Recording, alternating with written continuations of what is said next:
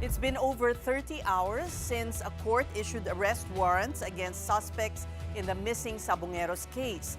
All but one have been brought into custody. Authorities are now stepping up the search for alleged mastermind Charlie Atong Ang, even offering a bounty for his capture. Tonight's big story from Mobile Journal, Arles de los Santos. Atong Ang has been declared the #1 most wanted in the Philippines with a 10 million peso bounty on his head, courtesy of the Interior Department. Since the Santa Cruz Laguna RTC Branch 26 issued warrants of arrest over the missing Sabongeros case, 17 of 18 subjects have been taken into custody. Only Ang is still at large. Ang aking abiso sa kanya, Atong, mag-surrender ka na, harapin mo ang hukom at doon ka magpaliwanag. Iyong pagtatago ay simbolo ng iyong hindi pagtanggap at pag-iwas sa mga paratang laban sa iyo. In the afternoon of January 15, operatives of NBI Laguna went to this farm. The property, allegedly owned by an unnamed politician in San Pablo City, was occasionally visited by Ang. But when NBI personnel scored the farm, the gambling tycoon was nowhere to be found. The security guard in the area told News 5 that he only knew Ang from the television reports.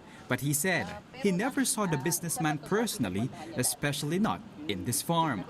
On Wednesday, January 14, or the day the arrest warrant was supposed to be served for the first time, authorities already went to Ang's farm in Santa Cruz and in Lipa, Batangas.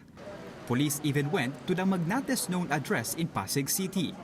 Ang and 17 others are facing charges of kidnapping with homicide and kidnapping with serious illegal detention. What could make the businessman turn up? The 10 million peso bounty for information on his whereabouts seems like a drop in the bucket. Ang reportedly has much more means and resources than this. Yung tatapatan niya yung 10 million, mahirap yun eh. Kasi kung tatapatan mo isa, tatapatan mo ang lahat. Wala po siyang nabiling mga investigator, wala siyang nabiling mga piskal, wala siyang nabiling mga huwis. Lahat po yan ay tumupad sa kanilang katungkulan at wala pong nagawa ang mga bilyon-bilyon niyang pera para maiba ang hustisya. Justice will come to Atong Ang. Justice for the 100 missing Sabongeros. Justice for all his illegal acts. But authorities expect the search for Ang to be challenging and even turn treacherous. According to the DILG chief, Atong Ang is, quote, armed and dangerous, having already killed hundreds of people already and with lots of cash to pay for protection. Si Atong po ay bumibiyahe ng hindi kumukulang ng 20 ang bodyguard lagi. Sanay po yan sa marahas na pagharap sa mga otoridad. Sanay po yan sa marahas na paraan para masolusyonan ang kanyang mga problema. So we consider him armed and dangerous. Pero may garantisya po kami na walang EJK. Wala pong extrajudicial killing na plano ang PNP. The Philippine National Police has already revoked licenses of 6 guns under Ang's name. It has likewise requested the Interpol to place the businessman on red notice to guarantee his arrest in case he goes out of the country. Per the Bureau of Immigration's monitoring, Ang is still in the Philippines. For now, the manhunt is centered in Luzon. Wala naman po siyang recent na departure sa aming record, so dapat nandito po siya.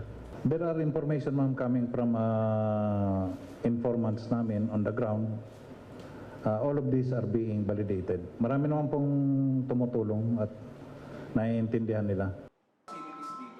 In the event that Ang is finally arrested, the Santa Cruz Laguna PNP said they can take over his custody along with other suspects in the disappearance of several Sabongeros. The local police assures secure facilities and enough protocols for high-profile inmates to safeguard their safety. Ito mayroon naman enough na facilities dito, jail facilities dito na kung saan sila ikukulong namin dito properly secured. Nasa standard naman ng jail facilities natin dito. Kahit pa naman high profile, meron na kami standard of procedure naman po dyan. At meron kami naman pwedeng gawing augmentation coming from other unit such as mobile force na pwedeng kasama dito. Kapatid Arles de los Santos, we are One News.